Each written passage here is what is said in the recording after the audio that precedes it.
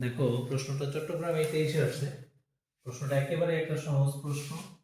এটা দেওয়া আছে কি, এটা থেকে এটা নির্ণয় করতে বলছে। দেওয়া সাইন থিটা সমান হাফ।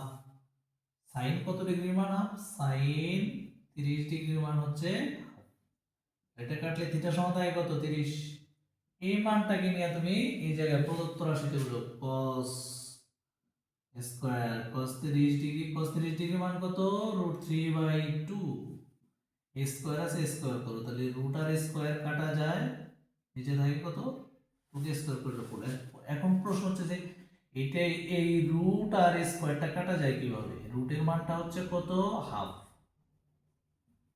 আর এই বাইরে হচ্ছে কি 2। তাহলে একই বৃত্তির দুইটা পাওয়ার থাকলে কি হয়? গুণন হয়।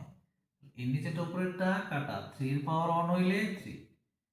এইটা হচ্ছে আমাদের এইভাবে হয়। আমাদের অ্যানসারটা হচ্ছে 3/4।